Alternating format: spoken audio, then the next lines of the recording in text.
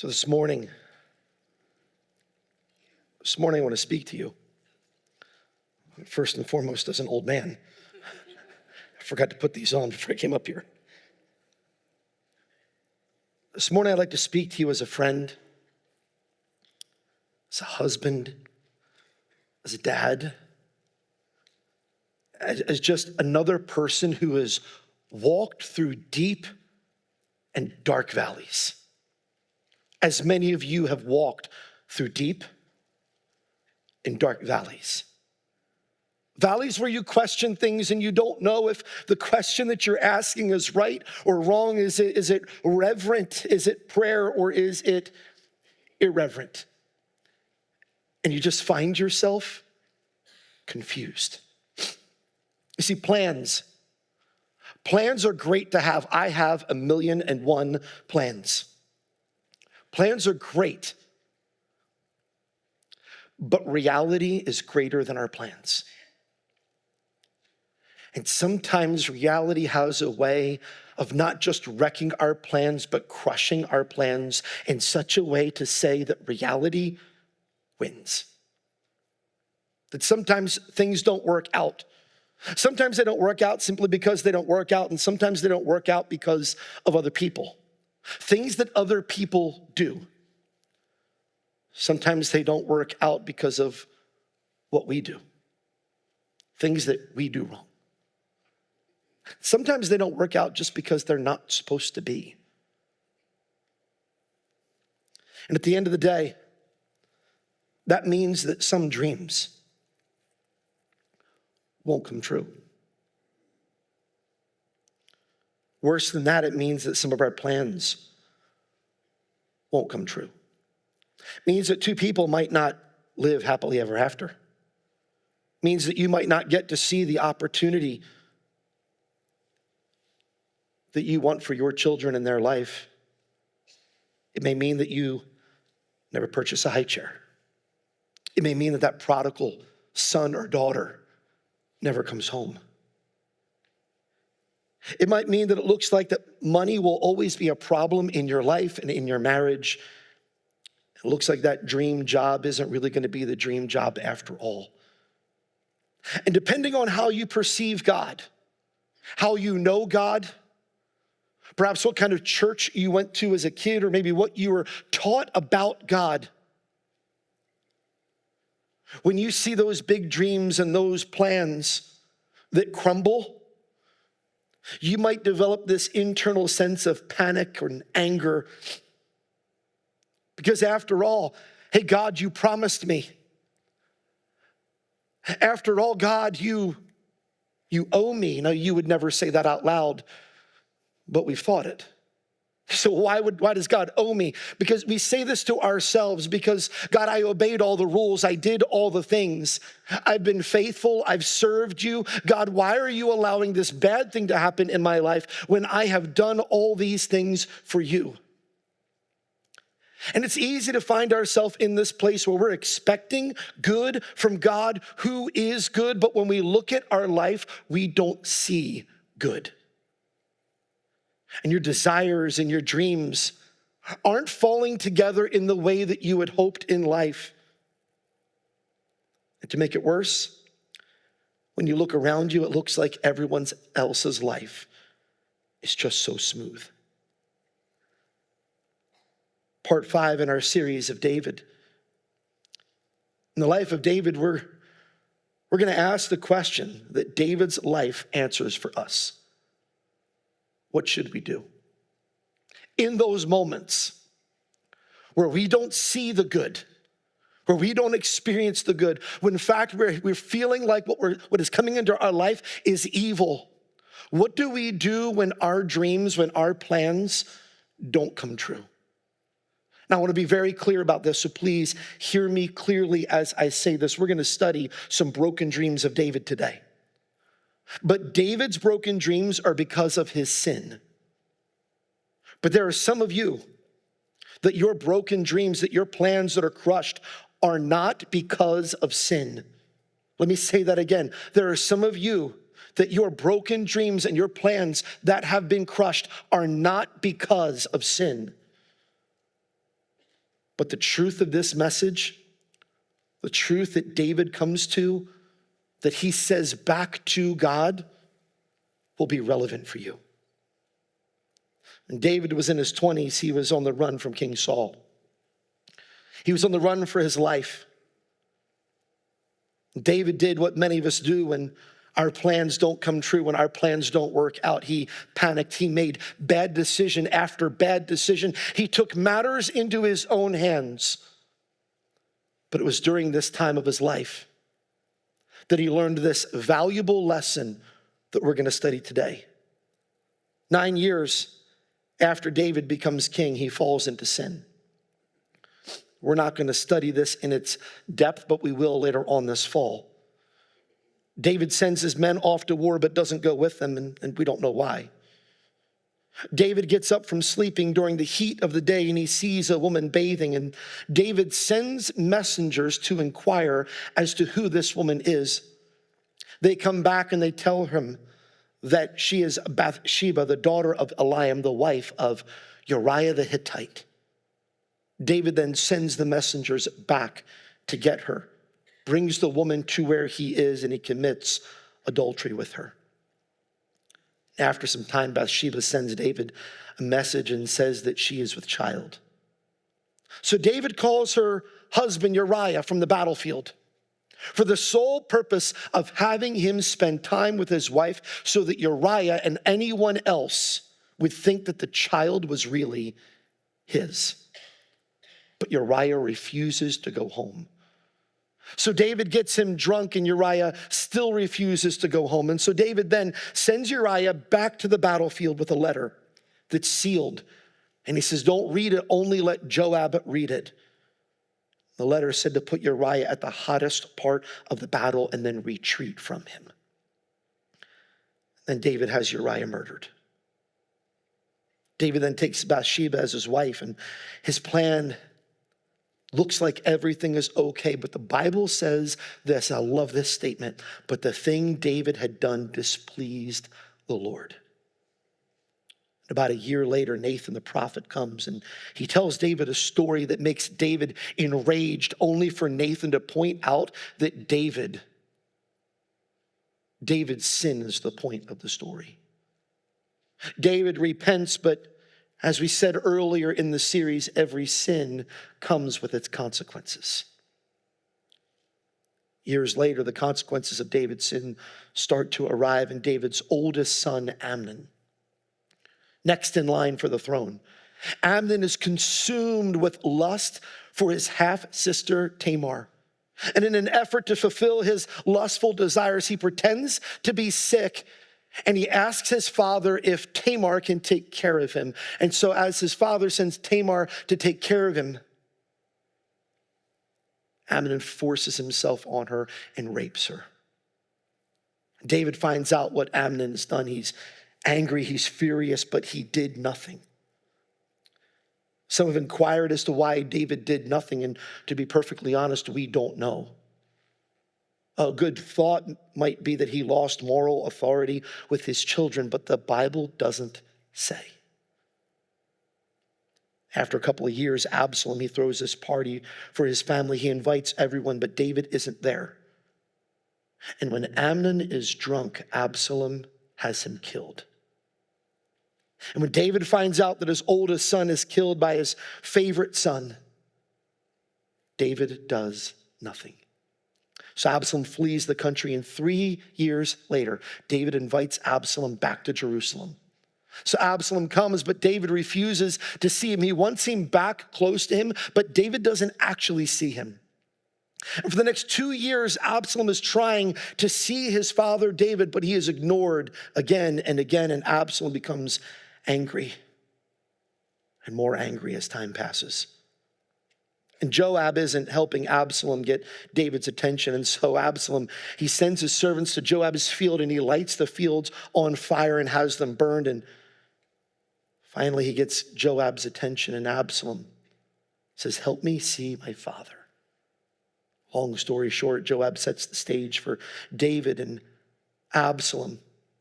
Absalom comes to the palace and he bows before David, and David kisses him, and it would appear that the relationship is restored, but it's not. Absalom is upset. He is angry. And the best that we can tell, David never calls for Absalom again. And Absalom is so upset that he decides to overthrow David. That's where we pick up our text today in 2 Samuel chapter number 15. It says this: he would get up early, this is speaking of Absalom, and stand beside the road leading to the city gate. Whenever anyone had a grievance to bring before the king for settlement, Absalom called out to him and asked, "What city are you from?" If he replied, "Your servant is from one of the tribes of Israel," Absalom said to him, "Look, your claims are good and right, but the king does not have anyone to listen to you." He added, "If only someone would appoint me judge in the land, then anyone who had a grievance or dispute could come to me, and I would make sure he received justice." When a person approached to pay homage to him, Absalom reached out his hand, took hold of it, and kissed him. Absalom did this to all the Israelites who came to the king for a settlement. So Absalom stole the hearts of the men of Israel. Then Absalom, verse number 10, sent agents throughout the tribes of Israel with this message: "When you hear the sound of the ram's horn, you are to say, 'Absalom has become king in Hebron.'" All this is just happening so quickly. In verse number 13, then an informer came to David and reported, "The hearts of the men of Israel are with Absalom." David said to all the servants with him in Jerusalem, "Get up, we have to flee, or we will not escape from Absalom. Leave quickly, or he will overtake us quickly, heap disaster on us, and strike the city with the edge of the sword." And so David knew that if he stayed and he defended the city, that Absalom would assume that everyone in the city was with David, and everyone in the city, including David, would die. And so David abandons the throne to save the city. So he leaves. Once again, he's a fugitive. Once again, he's on the run for his life. But this time, David is not 22 years old. This time, David is 61 years old. This wasn't supposed to happen. In David's vantage point, this wasn't how this stage of his life was supposed to be. This wasn't the plan. This wasn't the dream. This wasn't what he expected. See, his plans and his dreams weren't coming true, and they couldn't come true. And maybe you're like David, and you're dealing with the consequences of sin, and you look at your life and you see the consequences of sin in your life. And if that's you in this moment, the truth that we're going to study today is applicable for you. But maybe you're broken, you're heartbroken, because you're watching reality wreck your plans and your thoughts. And there's no conviction of God, and God isn't pointing out what you've done wrong. And you've searched your heart so many times that you just wish there was something wrong so that you could get it right. But for whatever reason, God has brought some heartache and brokenness into your life, and you haven't done wrong. Have you ever felt like that? I mean, have you ever felt heartbroken and disappointed? Have you ever felt wrecked, angry and frustrated, looking for someone to blame, because that's really just what you want to do? I mean, we want to blame people when no one is at fault, and we want to blame people when we're the ones that are at fault. Have you ever thought of blaming God? And maybe you've asked these questions that you're going to see on the screen. Where's God? I mean, God, where are you? I mean, if you're there, would you change the circumstances? I mean, God, isn't this what you do? Don't you part the sea?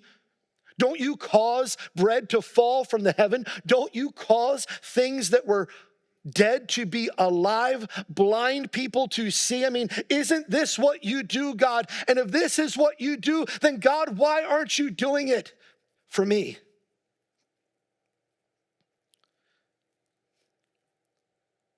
Have you ever said this? God, where are you in my circumstances? God, if you're there, then why would you allow this to happen?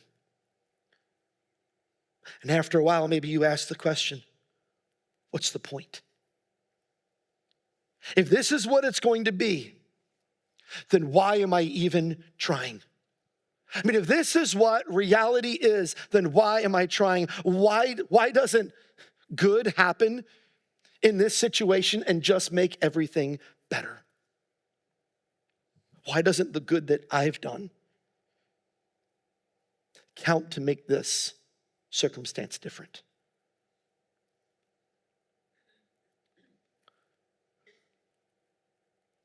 Maybe you thought about giving up, saying, why even try? If this is what the reward is, then I don't want it. And here's the interesting thing. Theologically, we know the answer to these questions. I mean, we know. We know that God is in control of everything. We know that God only does good. And we know who God is in his character, that he is love, that he is mercy, that he is grace, that he is all of these things because he has said them about himself so clearly. And theologically, we know the answer, but emotionally, we find ourselves in this place of still asking these questions. And sometimes we can't connect what we know theologically to what we feel emotionally. And this is where we often make the biggest mistakes. And we make things worse for ourselves. Because we're so angry, because we're so hurt and frustrated and disappointed with life, we make decisions that feel right in the moment, but they're really wrong, which only leads to more regret, more pain, more hopelessness. And we find ourselves at this place. You see, but this isn't the first time that David faced a situation like this. The first time he fled the kingdom, he took matters into his own hands. He lied, and 85 priests and an entire village were killed. Perhaps he learned something along the way, and I want you to see what it says in verse number 23 of chapter number 15. Everyone in the countryside was weeping loudly while all the people were marching out of the city. As the king was crossing the Kidron Valley, all the people were marching past on the road that leads to the wilderness. Zadok was also there. And all the Levites with him were carrying the Ark of the Covenant of God. And they set the Ark of God down, and Abiathar offered sacrifices unto the people until the people had finished marching past. You see, the ark represented the presence of God. And as the people are leaving the city, here this man is making these sacrifices to the Lord as the people are walking by, and the presence of God is there. In this moment, you were never closer to the presence of God when you were in the presence of the ark. If you took the ark into battle, victory was sure. And it looked for the people of the city that the presence of God was leaving the city. And the implication of this is so overwhelming to David. Look what he does.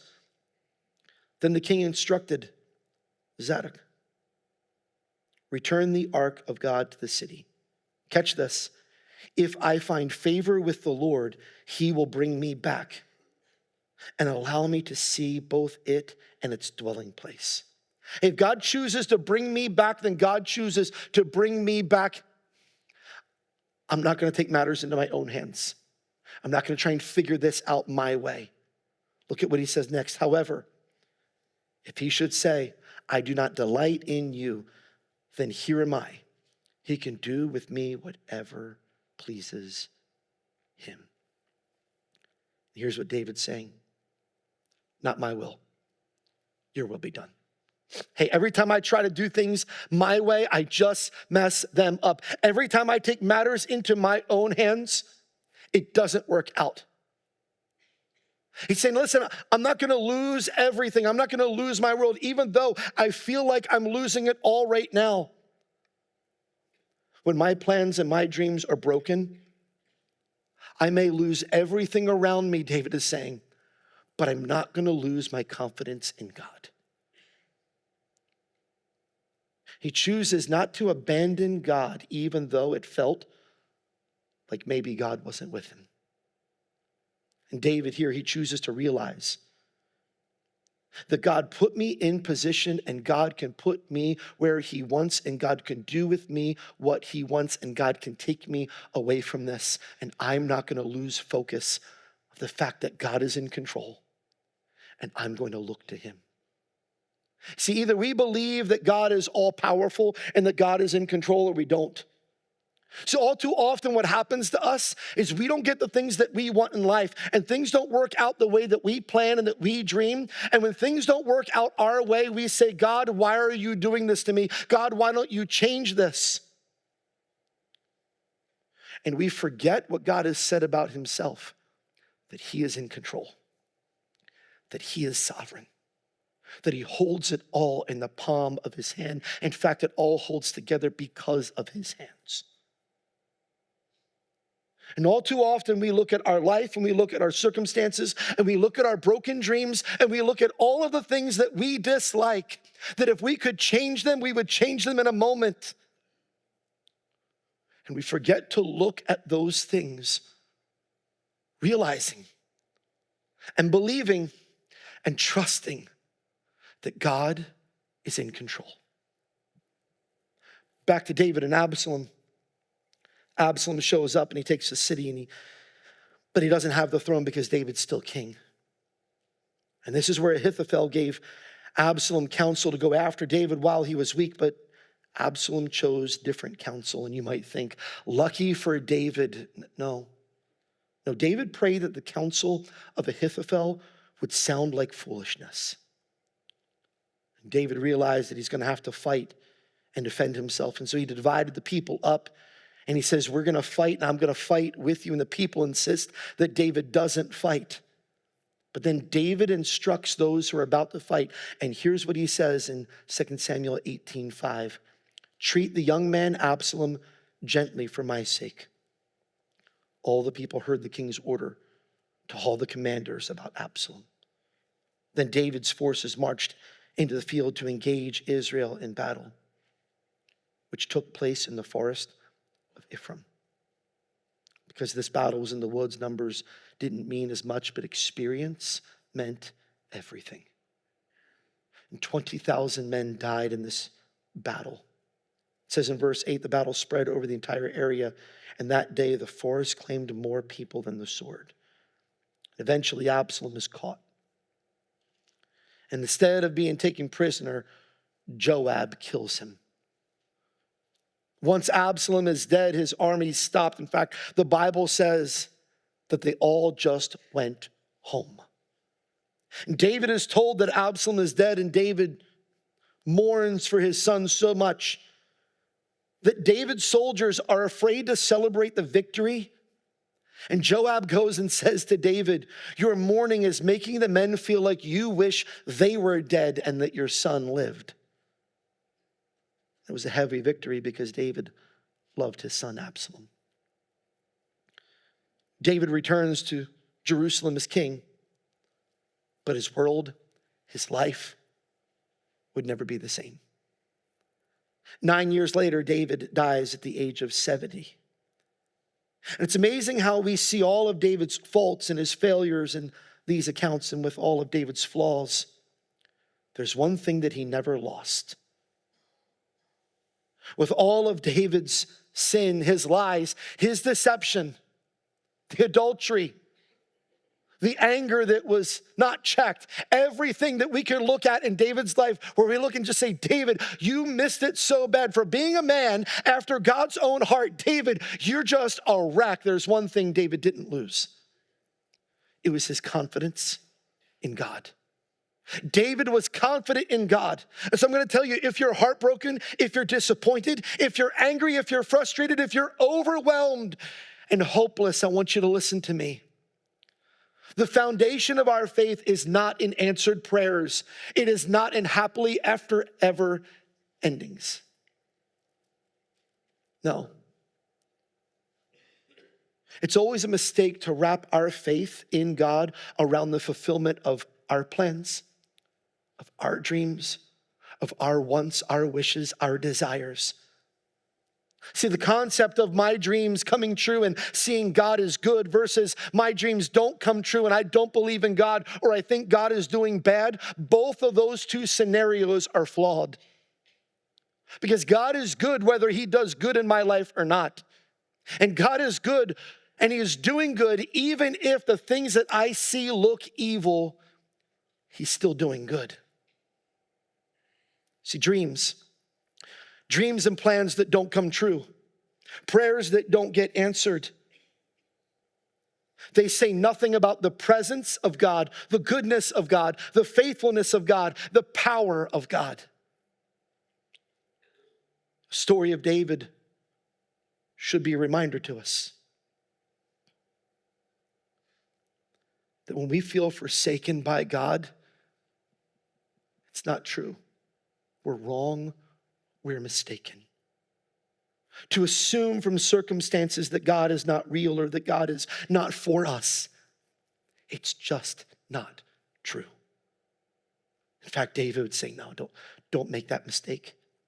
Because through the highs and the lows and the ups and the downs, David would say, all along in my moments of sin, in my moments of fear and anxiety, in my moments of wondering what was going to happen to me, even though God gave me a promise and not knowing how that promise would ever work out. And through the highs and the lows, God was always with me.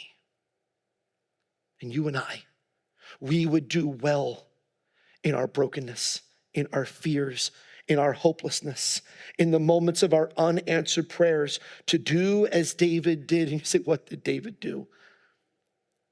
He said this in 2 Samuel, if I find favor with the Lord, he will bring me back. Here am I. He can do with me whatever pleases him. You and I would do well to say, Lord, not my will. Your will be done. Yeah, I have plans. I have dreams. And it looks like none of them are going to happen. And so instead of being attached to my plans and my dreams and my hopes and my wants and my wishes and even the things that I convince myself that are a necessity,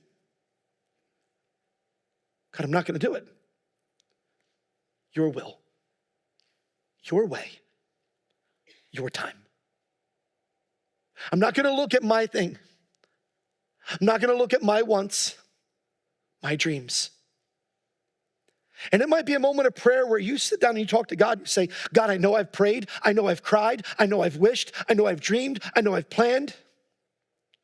But it doesn't look like my plan is what you want. So God, I don't want my plan. I want your plan. Because your ways are perfect. And your ways are good. And your ways are not only best. In fact, they're just the only way. And it might be a moment of prayer where you say, God, I know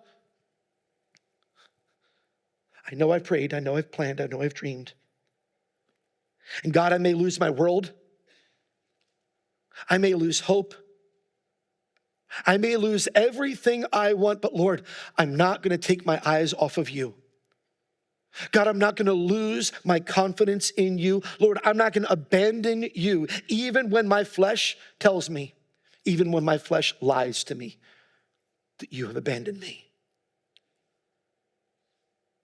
And we come back to the words of David from the very beginning of the series when our plans don't happen the way that we want, when our dreams don't come true. What do we say to God? We say what David said, to you, O Lord, I lift up my soul. Oh my God, I trust in you. I trust in you. Lord, I'm not going to trust my plan. I'm not going to trust my emotions or my feelings or my desires or, Lord, even the fulfillment of all of those things. Those aren't going to make me happy. God, I just want you. More than anything, God, I just want you. And so it might be that you just need to take some time today and pray. Because here's what I'm going to tell you. There are people in this room who, if you heard their story, it would sound something like this. Disappointment, broken promises, shattered dreams, heartbreak. But if you talk to them, they haven't made the mistake of wrapping their faith in God around the expectations of what they want God to do in their life. And you might say in a critical spirit, then what's the point of believing in God? Because there's a God that loves you, who does good in your life, even when the brokenness of this world makes you think it's not good, it's still good. That in spite of what happens around us, in spite of what happens to us, we can say again and again and again, God, not my will, not my plans, not my desires, but your will, your plans, your desires, your will, your way, your time.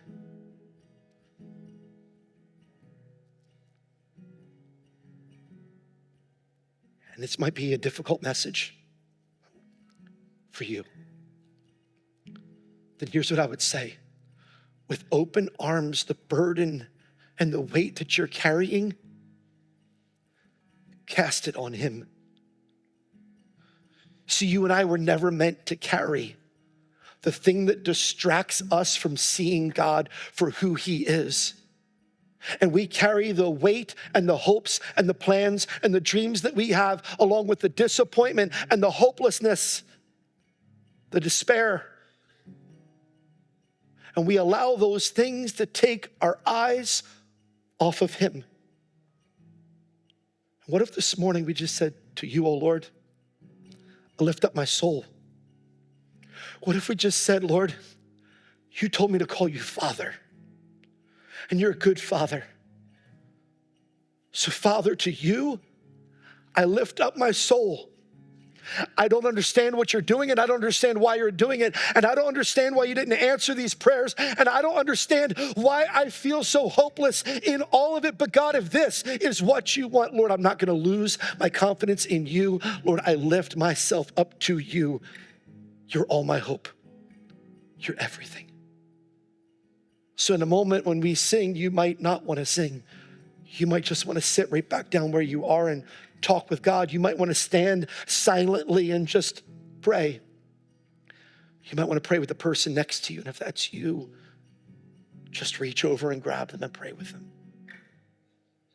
God, you're so good. Father, you're working in this place. Lord, you're doing what you want to do. Father, would you have your will, your way in our hearts? I pray in your name. Would you stand with me? Would you sing this?